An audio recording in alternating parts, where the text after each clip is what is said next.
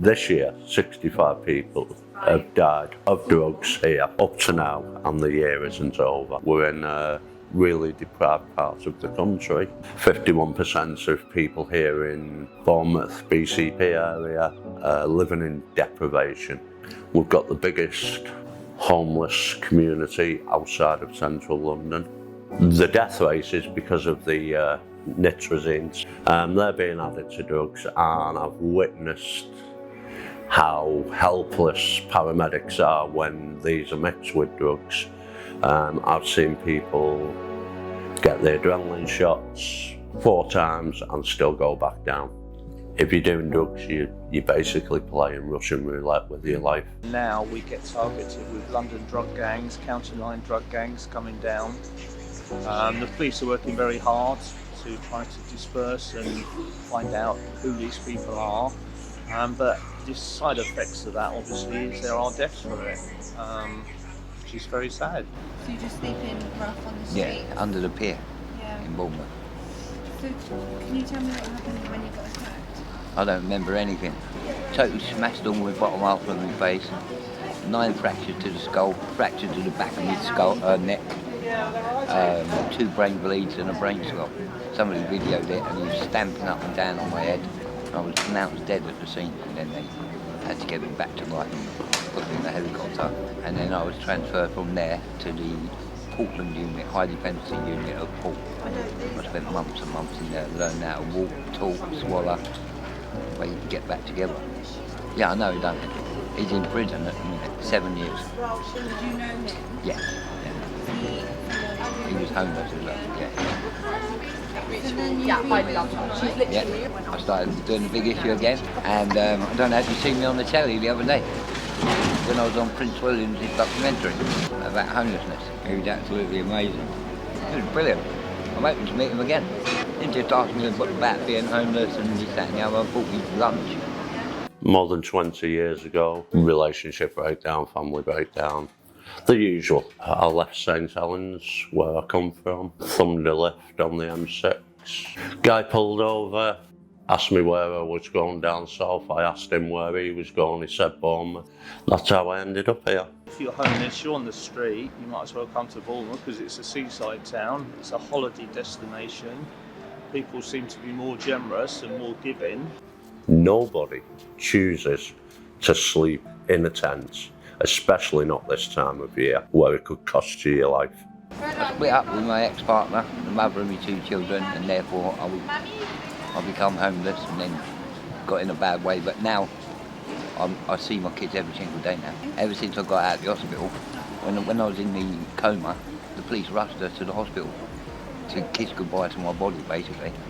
And then she left a photograph of my 2 children beside my head, and I knew when I woke up, that's where I need to be.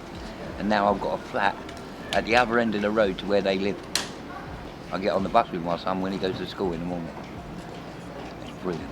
I've been doing this for over 20 years. Used to nip up to the Asda's in town, I'd buy the reduced vegetables, sandwich fillings, bread, go back to my bed, sit, knock up a soup, throw it into flask, make some sandwiches, and go out round town feeding the other guys that are homeless and living on the streets. I'd done that pretty much every night of the week.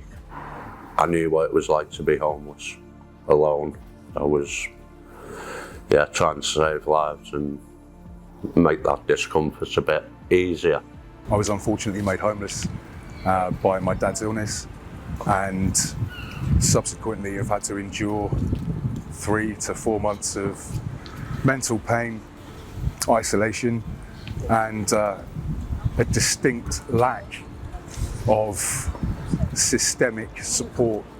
It's been through organisations like We Are Humans here and various other different organisations connected to the church that have retained my faith in humanity and given me a different rekindled sense of hope and faith. I think it's a government thing. I think they ought to address the problem. I think there are a percentage who are not willing to work, probably claiming national benefits. And unfortunately, my opinion, I feel sorry for them, but they're sort of beyond probably the point of no return, either through alcohol and the nature of the life which they live, sadly. Give more support, more housing, places where they can stay. Open up a night shelter, which we used to have in Bournemouth, but they closed it down now. And you used to be able to pay about £3 a night, and you get bed, breakfast, and an evening meal, and a room and a shower. But they closed that down. I think we need some more rehabs, not rehab centres, but rehabilitation places for people who are on drugs to help them become a valued member of society. A lot of time with the homeless, the drugs are a side effect of being homeless. You know, most people end up on the streets.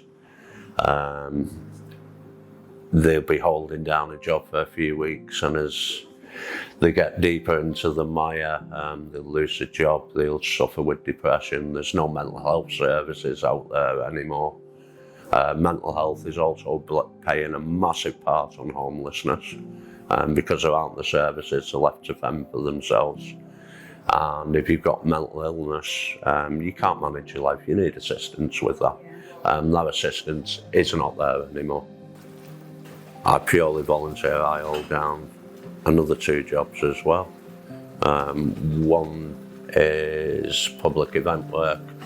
I donate the wages off that to the charity to help it. My other job, I'm a property manager. I took that job because I can now house homeless people, and I've housed 77 since 2019. I have a good few properties. I have 3 blocks of bed sits, so we always start them in a bed sit because it's much easier to manage.